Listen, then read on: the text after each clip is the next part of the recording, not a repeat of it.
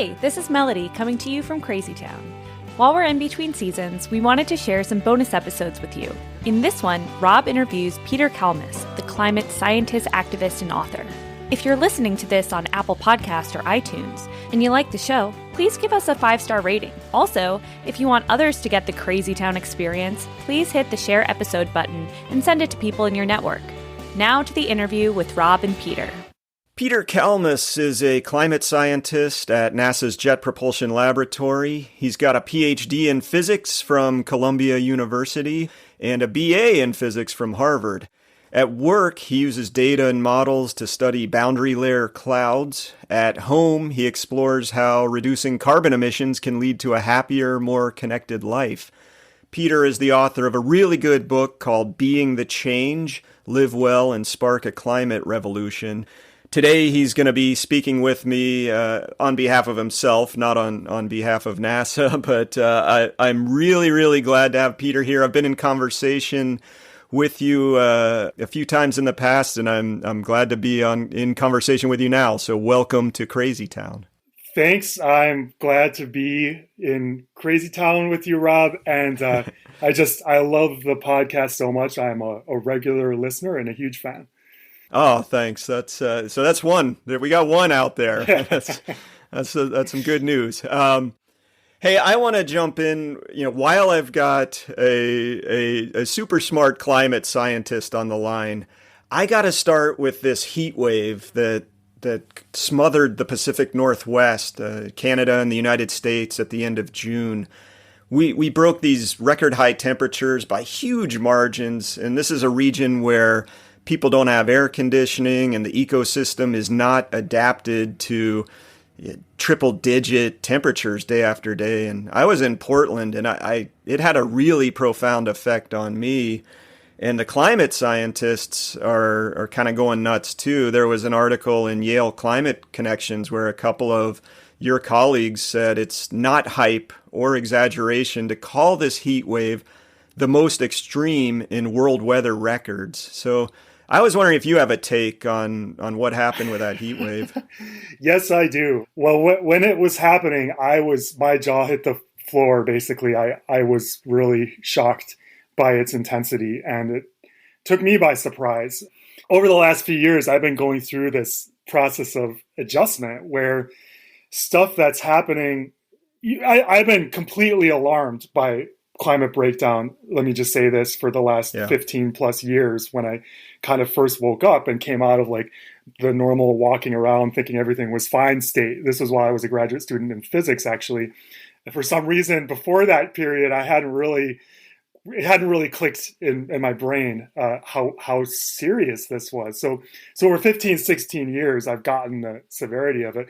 But nonetheless, I still had this sense that we wouldn't be seeing these kinds of crazy heat waves and these kinds of crazy fires in the western part of North America, and other climate impacts that we're starting to see, the flooding in Europe right now, for example.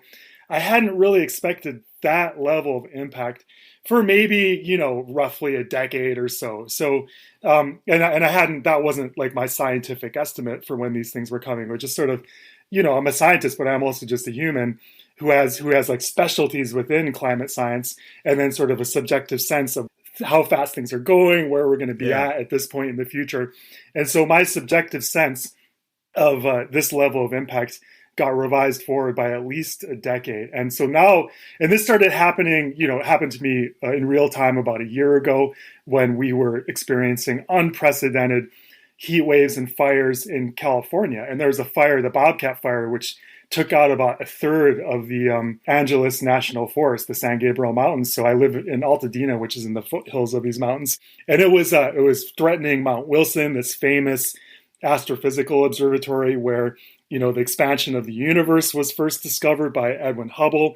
And and that's a couple of miles away from where I live. So, we went on a hike near Santa Barbara, and it almost did me in with heat exhaustion because it was so hot and humid. We were trying to escape the heat wave, and I went like right into the worst of it, it turned out. And then like about a day later, this Bobcat fire started, and we were getting evacuation warnings for our house, and I sort of like lost it. And I was just so stressed out by that, to be living through something that I hadn't expected to be experiencing with my own body for some time in the future. And the Pacific Northwest heat wave was kind of the same thing. Well, first of all, can I just say that I'm glad you made it through, because the irony of climate scientists done in by climate change, in the proximity of this place, the observatory where you've been doing some work like that. That's just too much to take. We were backpacking near Santa Barbara. That was the worst part of it for me. So it was staying hot very, very late in the day, and it was like 5 p.m. and we were climbing, and I had like a backpack on, heavy backpack for camping, and it was just too much for my body. Like I couldn't shed the heat quickly enough, and so we had to just stop, and I had to basically just lie in a little stream that we found for a while, and then that put us back. We were late. We were trying to get to this campsite, so we were coming down later on in the dark, in the pitch black, this very, very steep mountainside. So it was very stressful. And even though it was pitch black, it was still super hot. And I had this sense that I wasn't connected to the atmosphere anymore. I was feeling nauseous, and every breath was kind of making me hotter instead of cooler. Wow. And so it was almost like the sense of panic that came in. So it was my first probably kind of real experience with heat exhaustion like that. And it wasn't fun. And then for like the next, I don't know, several weeks, 4+ weeks, just in our house there, we were just covered in smoke from this fire. And so I was, had, my lungs were hurting, my airways were hurting. It just felt unhealthy, had this weird tingling in my fingers, it was a weird time. Yeah. And the thing that's really frightening to me is that people talk about the new normal, and it's not the new normal. It's we're on this escalator to hotter temperatures and worsening impacts that go along with those hotter temperatures. So what we're experiencing now on the planet is just the beginning. And the governments and the corporations aren't there. We know we need to end the fossil fuel industry. There's no shortcut whatsoever. And it's not happening. We see politicians not willing to confront that, what to me is a just blazingly obvious truth. And yet they haven't even ended the subsidies, the taxpayer subsidies to the industry. So we're still giving government handouts to this industry that it's not exaggeration to say that it's killing the earth and it's threatening human civilization, and we're still subsidizing it. So that's what's freaking me out. Yeah, it's unbelievably frustrating. I share that with you. One of the things that struck me when I first arrived in the Pacific Northwest, like 14, 15 years ago, and I've been doing this kind of work around sustainability and climate change. And I went to this talk by an IPCC climate scientist, and he was kind of looking at the geographic effects of global warming and where it was going to have big effects. And I remember him saying, well, we're lucky here in the Pacific Northwest. This is one of the areas predicted not to really have that many problems. It might affect our agriculture was kind of the upshot. Yeah. To some degree, which means we'll plant crops earlier or later, or whatever. But then we've had the forest fire, similar problems to what you're describing in California, and this heat dome problem. And then I read an article about Chicago recently. I read that one too. Yeah. Yeah, and they were talking about how Lake Michigan is getting too much water at certain times a year, causing flooding. It's getting too little water because of evaporation from higher temperatures, which is doing things like making wastewater flow back into the water supply. And, so basically the infrastructure is not up to the kinds of temperature changes. I mean, it seems like people, at least people who have accepted climate change, were worried about coastal areas, Miami, New Orleans, places like that. But and even, of course, the desert areas in the Southwest, Phoenix and Las Vegas. But there's basically nowhere to hide, right? Even as we're speaking right now, Germany and Belgium are having catastrophic climate-related flooding, and hundreds have already been verified as dead. It's the kind of flooding where it looks like a river going down the street with cars floating and piling up on top of each other, and they can't. The currents are too fast even to drive motorboats in. I mean, it is crazy. And so Germany is another place where I think they felt like they were fairly safe, and this was like kind of more of a global South problem. And yeah, I think this is the summer that the global North and the relatively global rich people who live in the global North are realizing, like, holy crap, no place is safe. And that's really, I think that's really true. And I'm glad I don't know if this counts as sooner rather than later, but I'm glad we're learning it now. Maybe. I hope we are learning it. But it's a very, very important lesson to learn because, as humans, I think we really struggle with several things, right? And one of those is we struggle with empathy with people who don't really look like us, who aren't in the same economic stratum as us, who live far away. So when we see these kinds of floods in the global South and these heat waves in Pakistan, I think it's easy for the global rich to kind of be like, oh, well, it's their problem. It's already always doing it there. I'm glad I don't live there. And similarly, when you have the sense that these kinds of catastrophes are somewhere in the future, it doesn't even matter how far, just even a few years, I think our brains so heavily discount knowledge, facts about the future, that our brains don't really allow those facts to come into our emotional system, like our limbic system or something.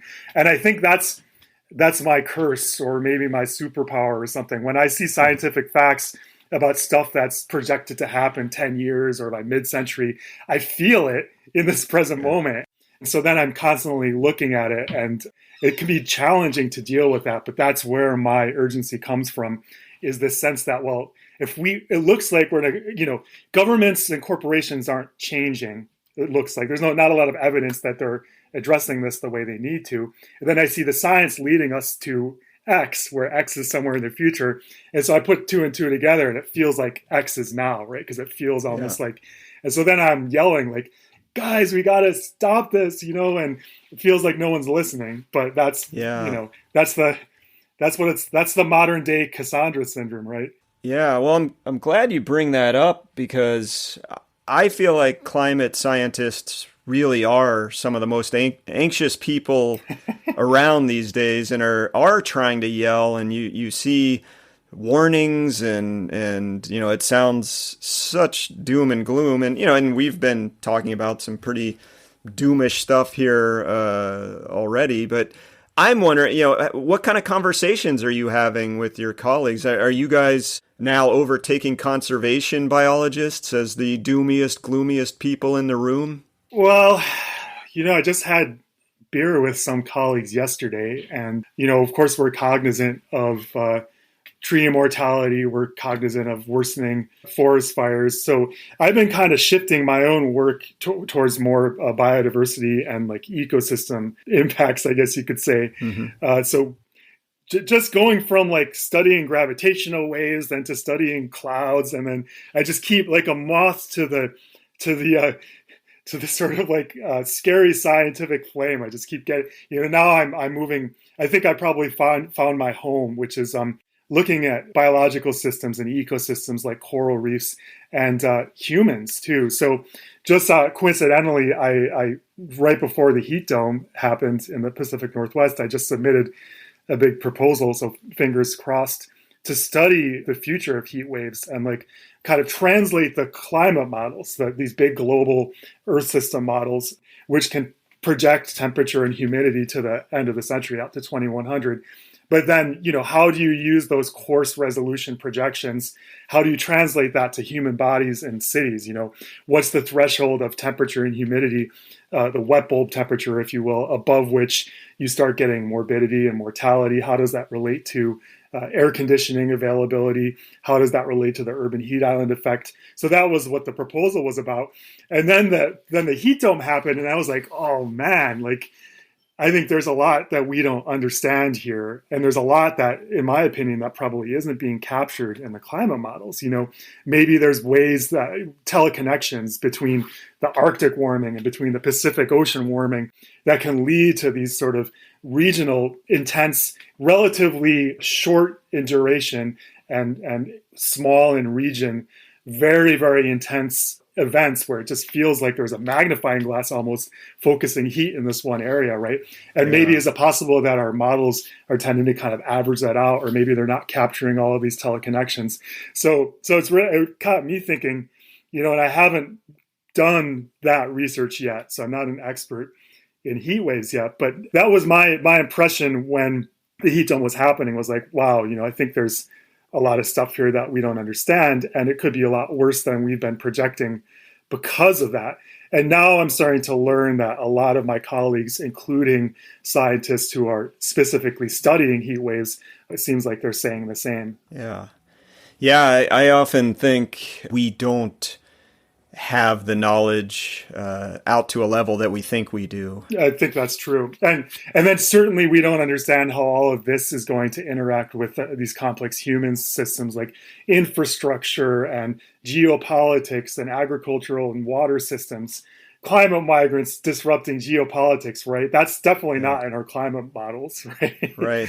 And the infrastructure has been really interesting. In Portland, there were roads buckling. They had a plan to use mass transit to make it free so that people could get to cooling centers or places where there was AC, and the trains and the streetcars couldn't run because they weren't designed to run at a temperature, an ambient temperature above 110 degrees, and it was past that. So, we're not real prepared, obviously. I think all of this infrastructure stuff that's starting to break now, it's coming. I think it's coming as a surprise. When you had those impacts in the Pacific Northwest and these impacts that we were just discussing in Chicago and elsewhere, I don't see experts saying like, oh yeah, we've been predicting this for 15 years. I think a lot of stuff that breaks is really going to take us by surprise. And this might be a good time to say that, I'm not a doomer. I think I'm getting increasingly less optimistic, and my decrease in optimism comes maybe from two things. One, that this stuff does seem to be happening earlier than I expected. And again, I haven't done like a quantitative analysis of past predictions to see exactly. I do know that Arctic sea ice extent and the ice sheets and a few other things have been kind of like historically under predicted, the rates of change for those things. But it is certainly subjectively or empirically seems like it's happening faster than what I kind of felt like it would happen. So that's one source of my kind of decrease in optimism. Really, the main source is just that, like, what is it going to take, for example, to end fossil fuel subsidies? We've got Democrats in charge of the White House and in charge of Congress, and they still, not only can they not end fossil fuel subsidies, but it doesn't seem like they even want to. It's still part of their official policy platform to not end fossil fuel subsidies, let alone doing something. It's clear to me that we need a complete moratorium on any new fossil fuel infrastructure, and that seems far in the distant. That seems much harder to do than to simply end fossil fuel subsidies. So that's where. But I'm not a doomer. Because if I was a doomer, I would probably just be all like depressed and lying on my couch and watching Netflix and drinking a lot or something. And that's not what I'm doing. Instead, what I'm doing is I'm trying to do everything I can to make a difference and to create change, because I realize that however warm it ends up getting, however much hotter the planet gets mainly because of fossil fuel emissions, it would be worse if it got hotter than that, right? So if we end up, say, at 2 degrees of mean global surface heating, that's better than 2.1 degrees. And that would, if we end up at 2.1, it's better than 2.2. So it's no matter how bad things get, it's always worth fighting as hard as we can.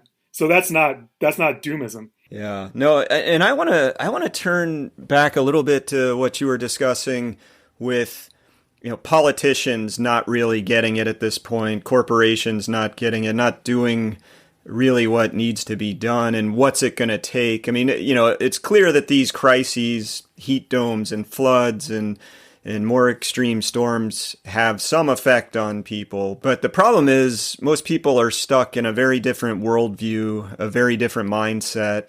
And I want to talk about one of the chapters in your book, which is called Our Mindset. Again, that book is Being the Change for listeners who want to check that out. I found that chapter, Our Mindset, to be really thoughtful, insightful. In that chapter, you focus on the myth of progress, which we also did an episode on that topic this season in Crazy Town. I wonder if you can describe how the myth of progress maybe is kind of at the forefront of why we're not doing what's needed. Yeah, and the modern sort of gods of the myth of progress are these billionaires, right? Look at them going into space on their spaceships. It's like almost that's like a requirement to be a billionaire these days, is to emit huge amounts of burn huge amounts of fossil fuel and contribute to warming the planet by going on these joy rides to space. So yeah. Don't worry about fixing the problem at hand. Try to evacuate the planet. And then even the late great Stephen Hawking. This was what really got me. He genuinely believed that the way out of global heating and the ecological catastrophe that we're careening headlong into here on Earth was to leave Earth and to go to Stephen Hawking, one of the greatest minds of our time, was completely indoctrinated in the myth of progress. So it's mind-boggling. It's so hard, unimaginably hard on so many technological levels to have a sustainable, independent, mass human presence on Mars, for example. Yeah. It's just orders of magnitude easier to solve climate and ecological breakdown here on Earth. We take this beautiful planet and this clean air that we can breathe and the water that we can drink and the food that we can eat and the livable, nice temperatures and the sun and the clouds. We take all of this for the shade of a tree. None of this stuff is on Mars, right? And it's mind-boggling how we just take it for granted here on Earth. Yeah, I know from your book that you were kind of a Star Trek geek as a kid. I'm more of a Star Wars guy, so we can fight that out later. I loved them both, Rob. Okay, well, so it's really seductive to believe in the myth of progress and to think of, oh yeah, one day we're gonna roll through the stars, and I love the imagination associated with that. And I can still see that, there's no air to breathe on these other planets. There's no, there's not some magic button like in the movie Total Recall that's going to suddenly make an atmosphere on the planet. Like, how in the world are we thinking that it's some good idea to jettison ourselves from this planet that we were evolved to live on? We get movies like WALL-E. We get movies like Interstellar. It's a whole genre. There was one that was on, I think, Netflix during the lockdown with George Clooney. I can't remember what it was called, but the idea was his pregnant daughter was in this spaceship and Earth was, and they're never climate. The problem on Earth is never from climate change. It's always this safely neutered apocalypse that so that the watchers can feel like it's a fantasy, they don't have to confront the reality of climate change when they watch these, right? Like in Interstellar, it was some kind of mysterious agricultural collapse, right? But it wasn't climate change.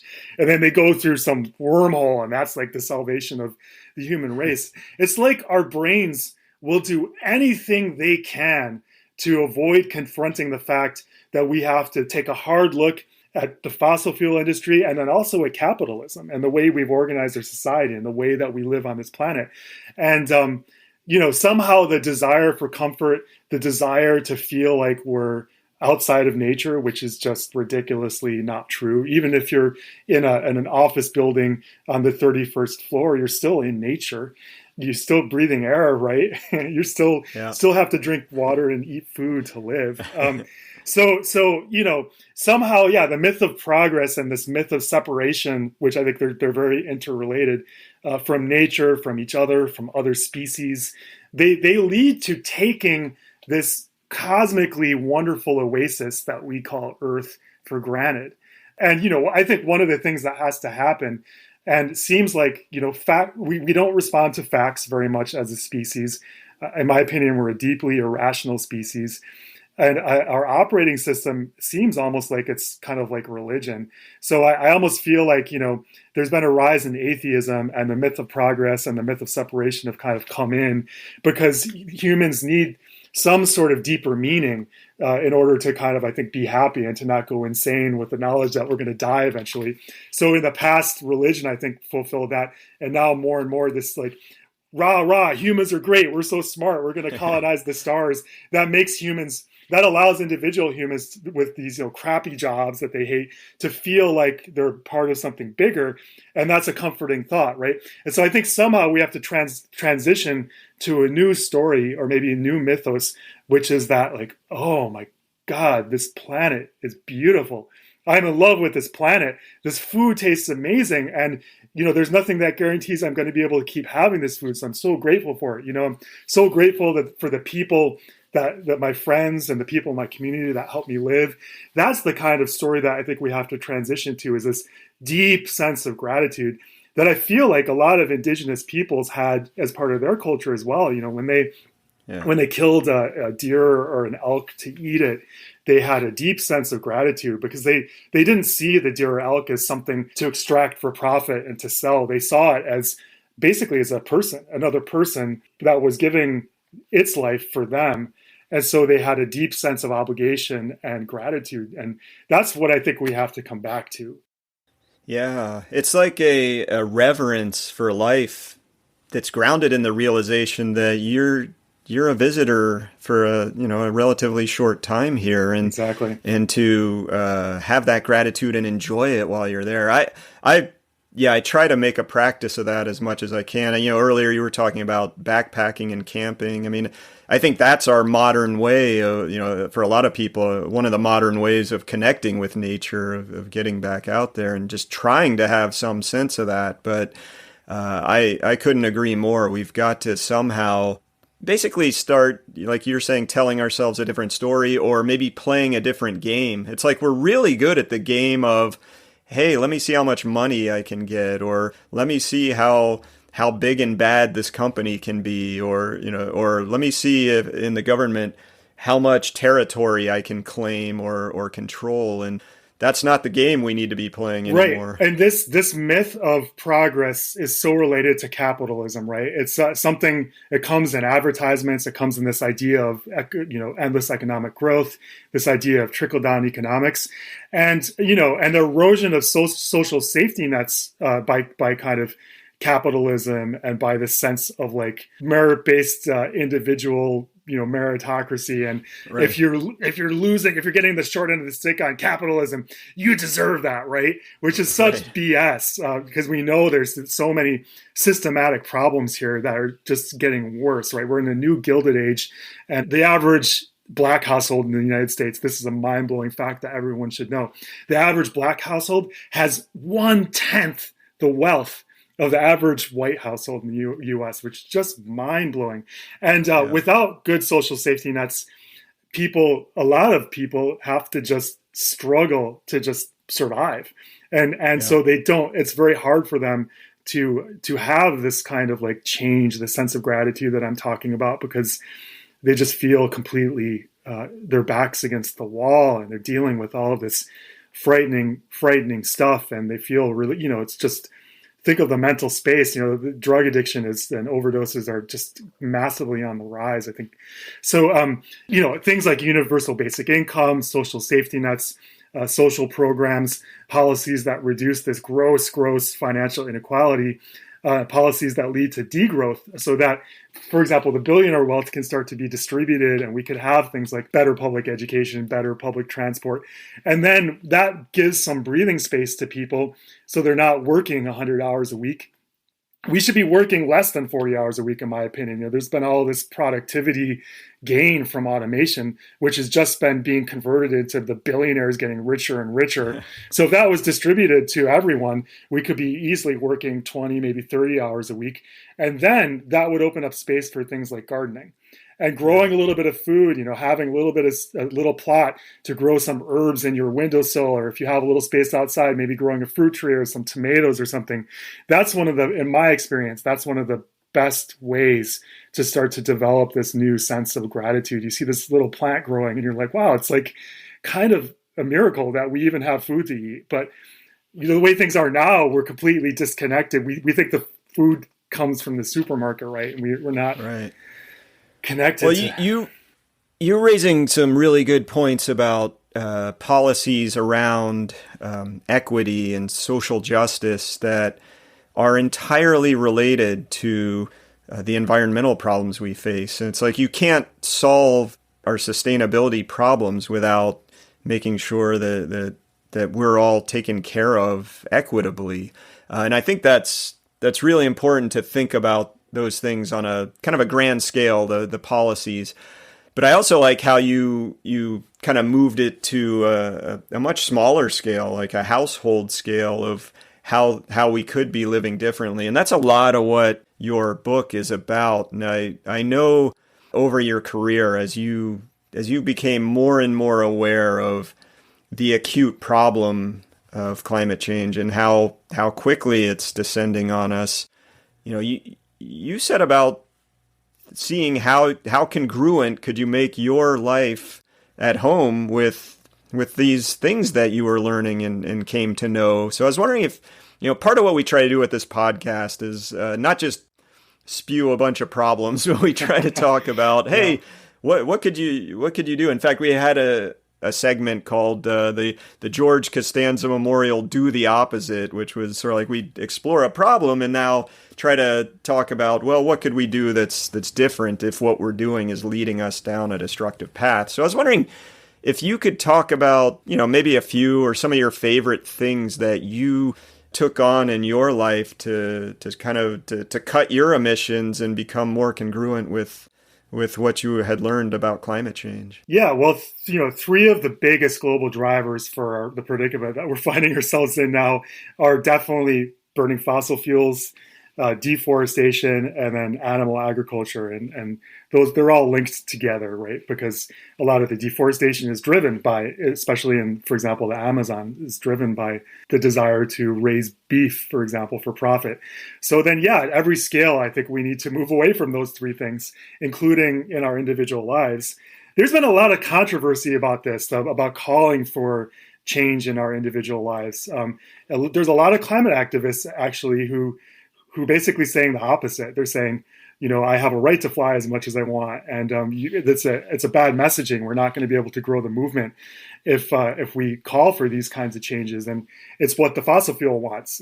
So the fossil fuel wins either way. If climate activists are saying let's keep flying and burning fossil fuels, guess what? The fossil fuel industry is happy.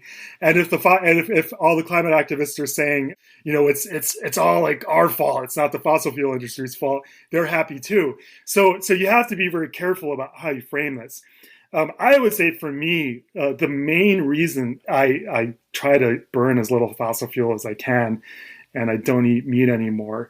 And for a while I was vegan, kind of during COVID. I couldn't get my oat milk, and I sort of slipped off the vegan bandwagon a little bit, and I want to get back on it. So it's been a little bit of struggle to completely stay off of the dairy products, but I vastly reduced it.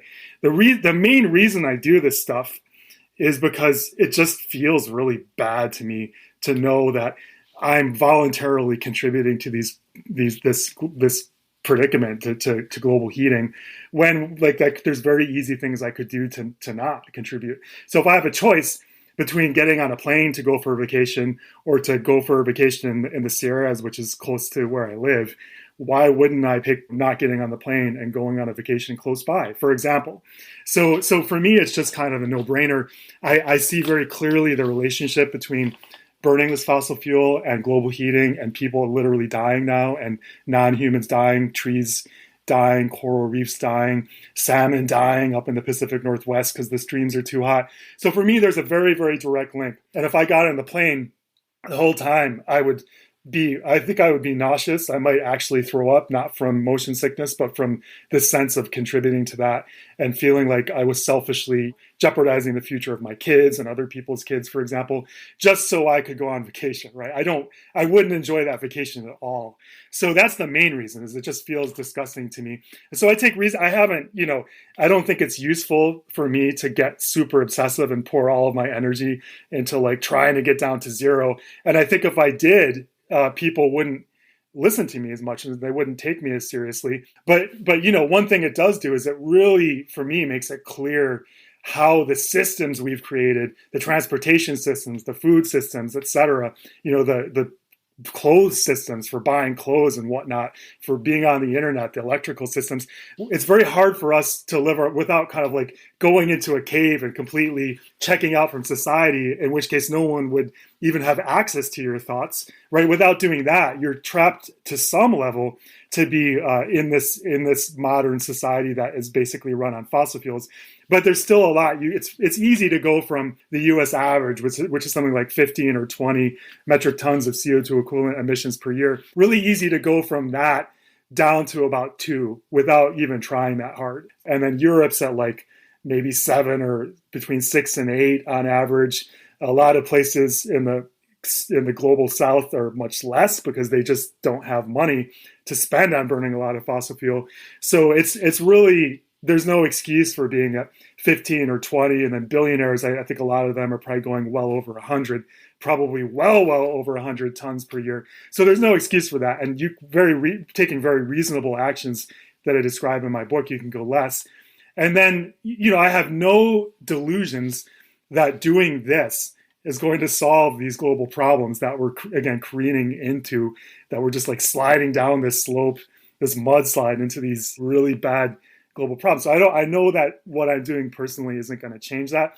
But on the other hand, it's made me much more powerful as an activist. It's what helped. It was kind of like a core part of my book. I think it's part of why my book got a lot of attention. And I think it makes my messaging, like I'm basically saying, I have absolutely no hesitation to say that we're in a climate emergency and that we have to treat this all hands on deck. This has to be humanity's top priority. And I think there would be some hesitation, maybe some guilt or shame if I wasn't making these reasonable steps, taking these just steps anyone could take to sort of make little reductions.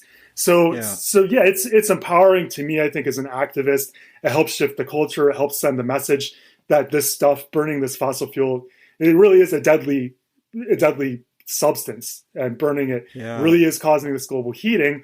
And so, just feels better to kind of not, I don't want other people to feel guilty. That's not what I'm trying to do. Right. I'm just trying to say that I don't like it. I don't like burning this stuff, so I try not to. That's really. I think two things strike me from your response there. I mean, one is that what you're saying is we say this too in Crazy Town a lot, is you got to kind of stay in this strange space, this strange mental space, this strange physical space where, you're not dropping out and building a stick cabin in the woods and living some hermit life where maybe your emissions go down to 0, but what are you doing to help? It doesn't, you have the ability to do some things that are helpful. We're also, the other thing is, I totally agree with you on hey, we can do these things in our lives. It doesn't solve the problem, but I think any action that you take to limit your emissions, to change your mindset, to change your behavior is useful action on a number of fronts. I mean, least of which is your own mental health. Being congruent in your actions with what you know is huge. Yeah, the other is we never get big changes in society. We like to lionize sort of one person did this one thing and then there was this huge change, but that's not really the way things work. The way it works is everybody's pitching in, and it's all of that pitching in that maybe leads to that pivotal moment, that tipping point where, suddenly you've got a civil rights movement that actually becomes codified in law. And same's, I think, the story here on climate. We need we need everybody doing their part of it, and it builds into a much bigger movement, which then gets the larger actions on the larger stages. So I really appreciate that you do that. That's right. I mean, we have to understand that we are mammals walking around this planet. So we are individuals. We can make decisions. You can wake up in the morning and you can decide to join a climate activist organization, or you could decide to start a new climate activist organization if you think there's a need that isn't being met by the current ones, or you can decide to write a book, or you can decide to start a podcast, or you can decide, if you're a lawyer, to shift into environmental law. There's any one of us, there's many, many paths that we could take. And so, there's this complicated two-way feedback relationship between individuals and our collective as, communities and as cities and ultimately as a species, right? So there's no bright line between Greta was an individual, and she contributed to a movement, right? She supercharged the climate movement. It was really not doing too well before Greta, and then other movements came up. Someone had to decide to start Extinction Rebellion, right? It didn't just happen sort of somehow out of nowhere, right? So all these collective things that happen, they start from individuals deciding to do them. And so I think, you don't want to limit your individual response to climate change to just riding a bike or just flying less. I think those are great things to do, and I think they feel great, and you get healthier, and you have, you get to spend more time in your community if you're not flying all the time, and you get to spend more time with your family if you're not flying all the time. So there's a lot of co-benefits, but at the same time, there's a lot more you can do than just reduce your fossil fuel emissions. A lot of activism stuff. And I think you can't see your whole path, for example, as a climate activist, or how you might contribute to creating change until you start taking steps. It's like if you're backpacking, you can't see the peak of the mountain until you get over this rise, and then you get over this rise. So you have to start down some path. And one of the most accessible ways to start is, I think, to take these reasonable steps to reduce your emissions.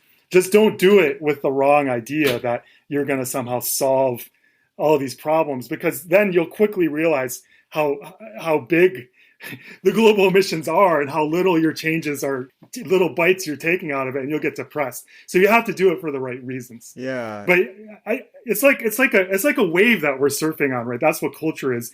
To create change, you want to be on the front of that wave. You want to be pushing the boundaries a little bit. You don't want to be like way, 50 years ahead of your time necessarily, because then people won't even be listening to you. They won't be able to understand what you're doing. But you want to be ahead of it. You want to be ahead of the curve, not behind it. Because the people behind it who are like waiting for other people to make these kinds of changes, I think they're literally holding things back. And it's the people that are kind of surfing on the front of it, that are exploring new changes, both socially and in terms of energy systems and transportation and whatnot. They're the ones that are driving the change. Yeah. I like your surfing metaphor, and I like the idea of cycling as one of the little things in your life you can do that I know you've spent a lot more time on the bike. And I love that too. The reason I bring this up is I think a lot of this is about fun as well. I mean, look, we all know that climate change, sustainability crises, these are heavy, heavy subjects. You can sit there and kind of spin out in your own head trying to think, oh my gosh, what are we going to do? But by taking even some small actions, I think you can have fun with it too along the way. Like, it's fun to ride bikes. I really get a kick out of it and enjoy it. But yeah, I think that's something that I also appreciated out of your book is you made these changes, and it actually can turn out in your favor from the stance of having fun and being a little bit happier.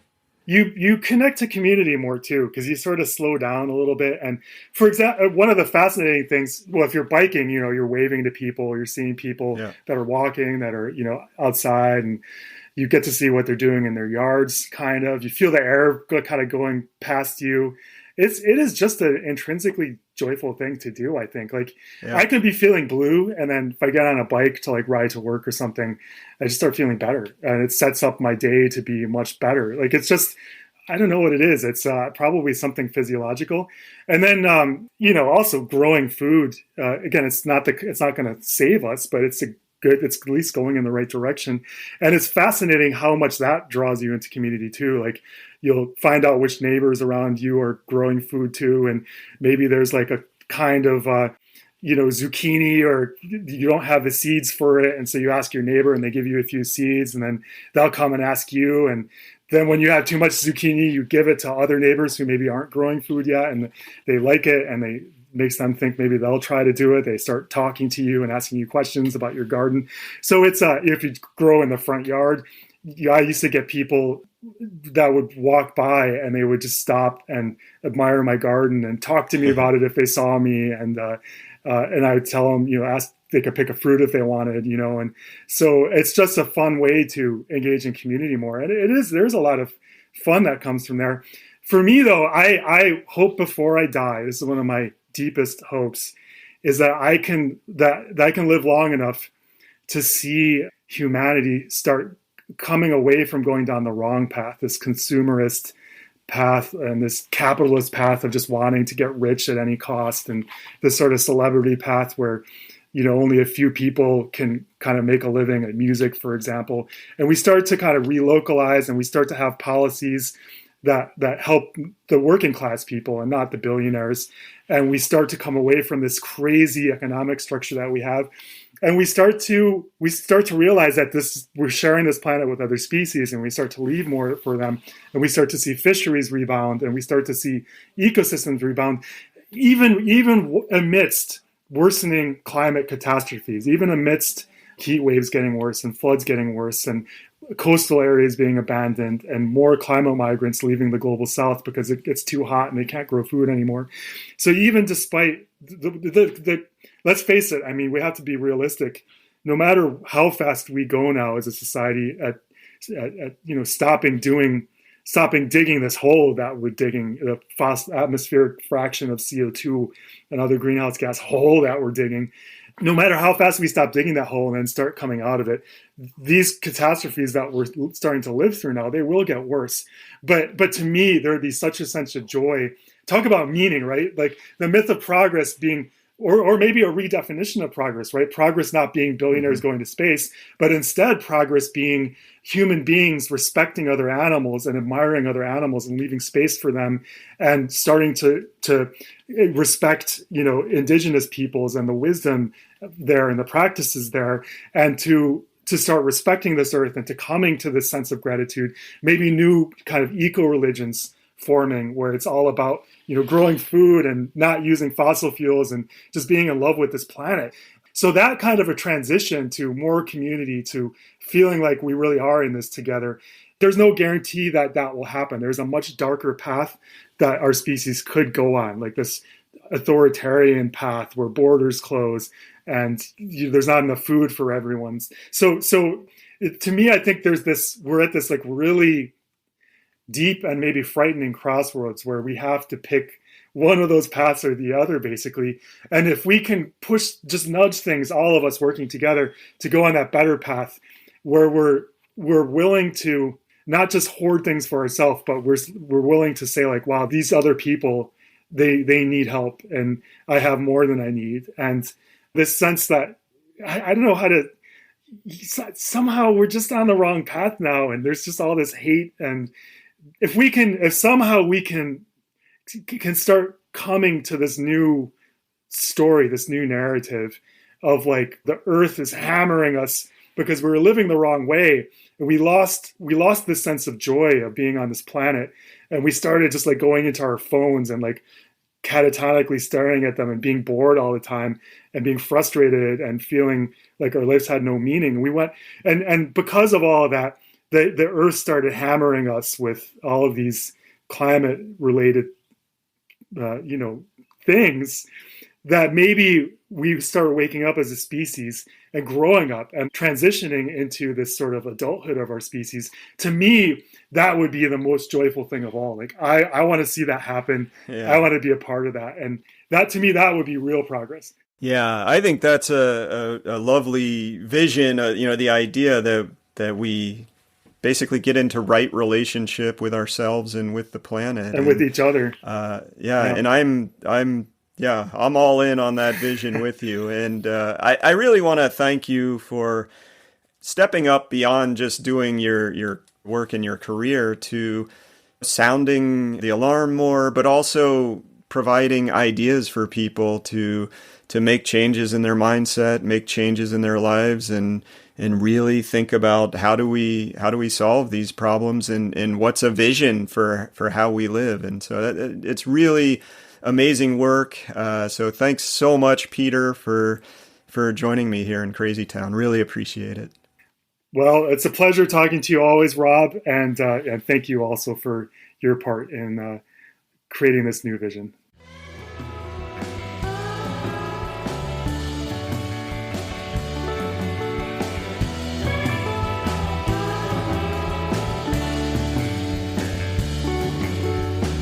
That's our show.